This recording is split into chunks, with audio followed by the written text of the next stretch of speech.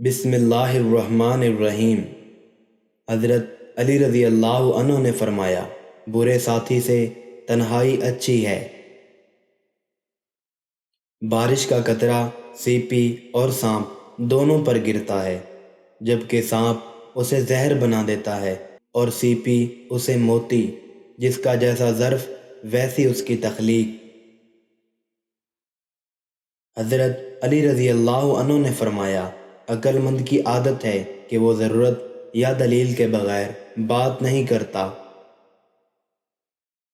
حضرت علی رضی اللہ عنہ نے فرمایا، عادت پر غالب آنا کمال فضیلت ہے۔ کائنات کی سب سے مہنگی چیز احساس ہے، جو دنیا کے ہر انسان کے پاس نہیں ہوتی۔ ہتھیاروں سے جنگ تو جیتی جا سکتی ہے، مگر دل نہیں، دل تو کردار سے جیتے جاتے ہیں۔ جو حق کو چھوڑ کر عزت کا طلبگار ہوتا ہے، ذلیل ہو کر رہتا ہے، اور جو حق کے ساتھ دشمنی رکھتا ہے، ذلت اس کا ہمیشہ کے لیے مقدر بن جاتی ہے۔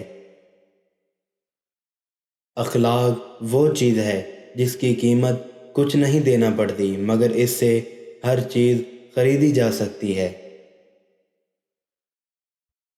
حضرت علی رضی اللہ عنہ نے فرمایا، اچھا دوست ہاتھ اور آنکھ کی طرح ہوتا ہے۔ جب ہاتھ کو درد ہوتا ہے تو آنکھ روتی ہے، اور جب آنکھ روتی ہے تو ہاتھ آنسو صاف کرتا ہے۔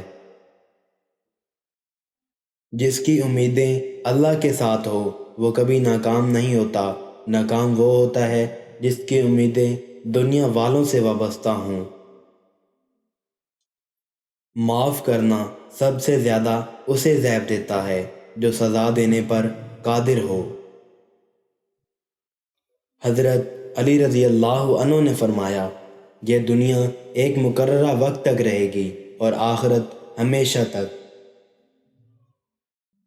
حضرت علی رضی اللہ عنہ نے فرمایا، اس شخص کی دوستی پر اعتبار نہ کر جو اپنے اقرار کو پورا نہ کرتا ہو۔ ایمان اور حیا دو ایسے پرندے ہیں کہ اگر ان میں سے ایک اڑ جائے تو دوسرا خود ہی اڑ جاتا ہے۔ حضرت علی رضی اللہ عنہ سے کسی شخص نے پوچھا، میں بہت کوشش کرتا ہوں کہ صبح کی نماز پڑھوں مگر اٹھا نہیں جاتا۔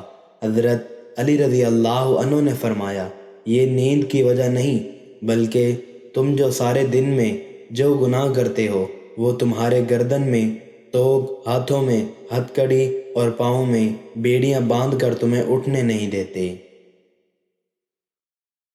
جس انسان کو غصہ زیادہ آتا ہے وہ انسان پیار بھی اتنا ہی زیادہ کرتا ہے اور اتنا ہی صاف دل رکھتا ہے۔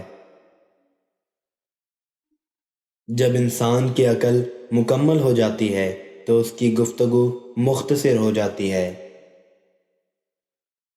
رشتوں کی خوبصورتی ایک دوسرے کی بات کو برداشت کرنا ہے۔ بے عیب انسان تلاش مت کرو ورنہ اکیلے رہ جاؤ گے۔ اچھے وقت سے زیادہ اچھا دوست عزیز رکھو، کیونکہ اچھا دوست برے وقت کو بھی اچھا بنا دیتا ہے۔ معافی مانگنا یہ ظاہر نہیں کرتا کہ آپ غلط اور دوسرا صحیح ہے، بلکہ یہ ظاہر کرتا ہے کہ آپ کے رشتے کی اہمیت آپ کی انا سے بڑھ کر ہے۔